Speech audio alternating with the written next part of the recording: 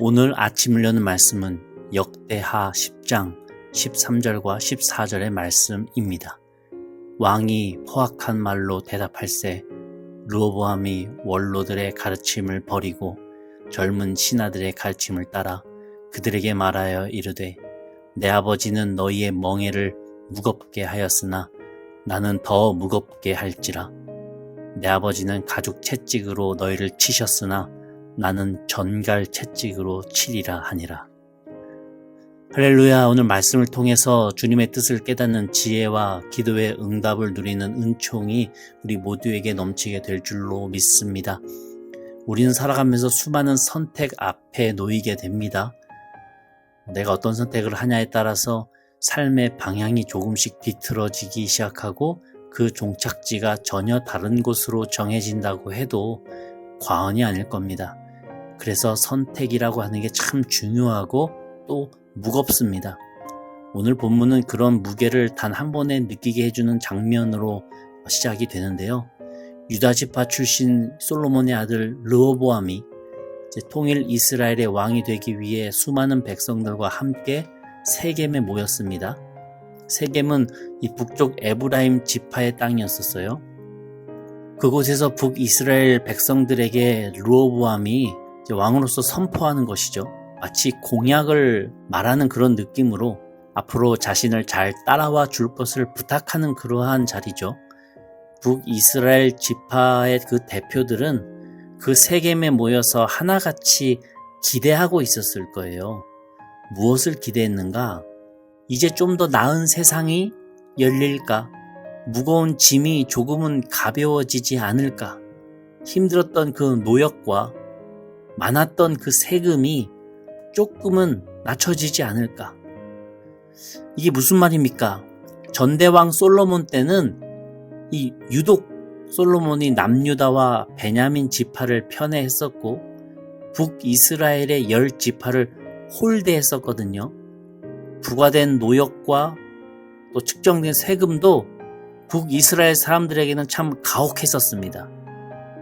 이렇게 솔로몬 때 나라는 참 부강했지만 그만큼 노동력 착취와 과중한 세금이 심했다고 하는 것이죠. 그래서 이제 왕이 바뀌는 이 시점에 그들의 소망은 간절했고 그들의 요청은 분명했습니다. 르호보암 왕이시여, 당신의 아버지 솔로몬은 우리에게 너무 무거운 멍에를 지웠습니다.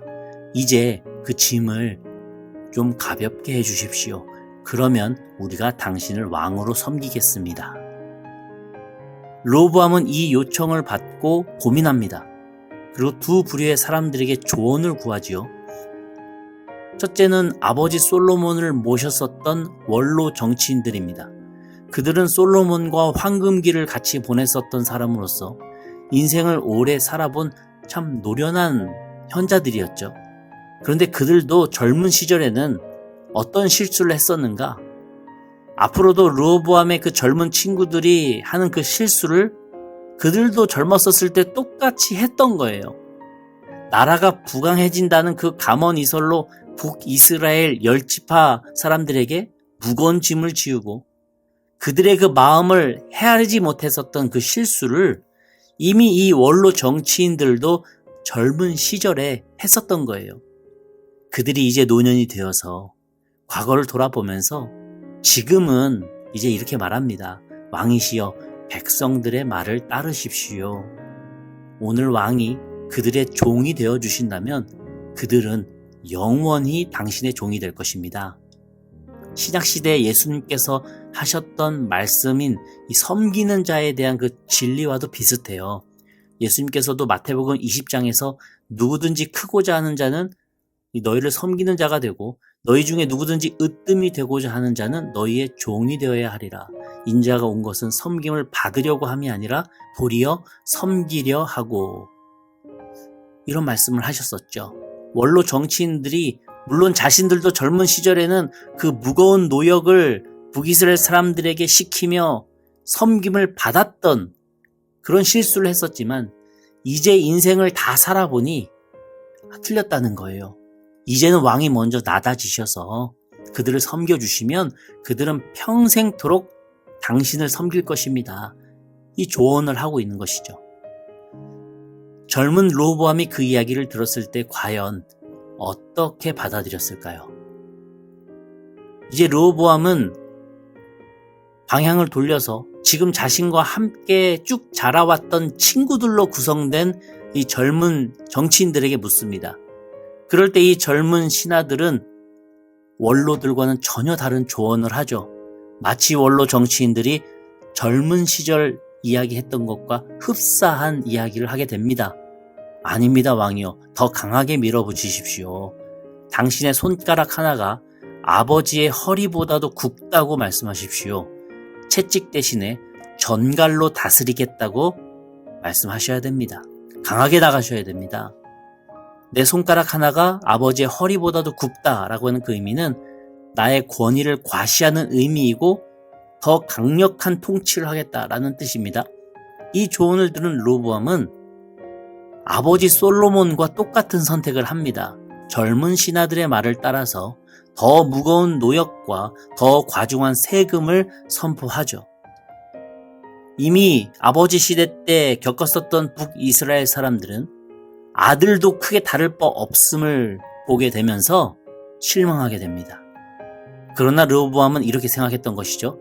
내가 지금 왕이 된 이 시점에서 백성들에게 꺾이면, 특별히 저 북이스라엘 사람들에게 내가 꺾이게 되면 앞으로 그들에게 끌려다니게 될 것이고, 지금 이 앞에 있는 정치인들에게도 내 면이 서지 않기 때문에 앞으로 나의 왕의 자리도 볼품없게 여겨질 것이다. 이렇게 생각했던 거예요. 물론 그런 생각도 할 수 있겠지만 더 나아가서 이 모든 것을 경험해 봤던 원로 정치인들의 이야기는 이해할 수 없었던 것이죠. 그래서 르호보암은 아버지 솔로몬보다 더 강력한 나라를 위해서 자기의 체면과 권력, 자존심을 내세우며 자기 속에 있었던 그 자격지심을 지키려고 했던 거예요. 결국 북이스라엘 10지파 백성들의 마음은 전혀 헤아려 볼 생각도 하지 못했고, 더 나아가서는 하나님께 이 상황을 물어볼 생각은 꿈에서조차 하지 못하게 됩니다.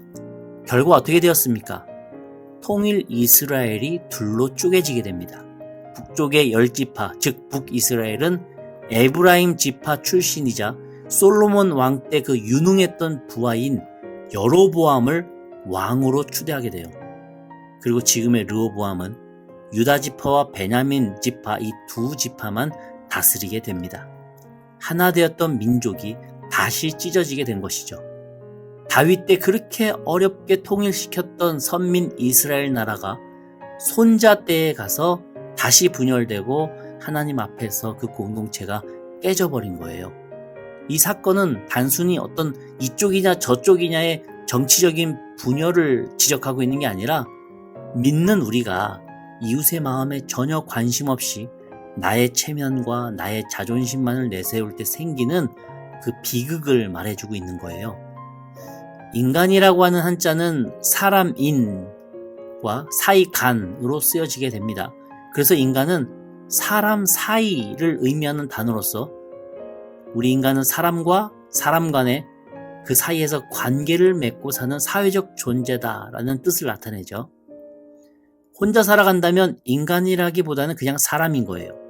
우리가 인간으로서 공동체를 이룰 수밖에 없고, 그 공동체원으로서 특별히 선한 영향력을 끼치는 그리스도인으로서 살아가기 위해서는 이웃의 말을 들을 수 있어야 되고, 그 사람의 뜻을 헤아리고 그 안에서 영적으로 판단하며 선택할 수 있어야 된다는 것이죠. 우리에게 그 기준이 무엇이 되어야 하겠습니까?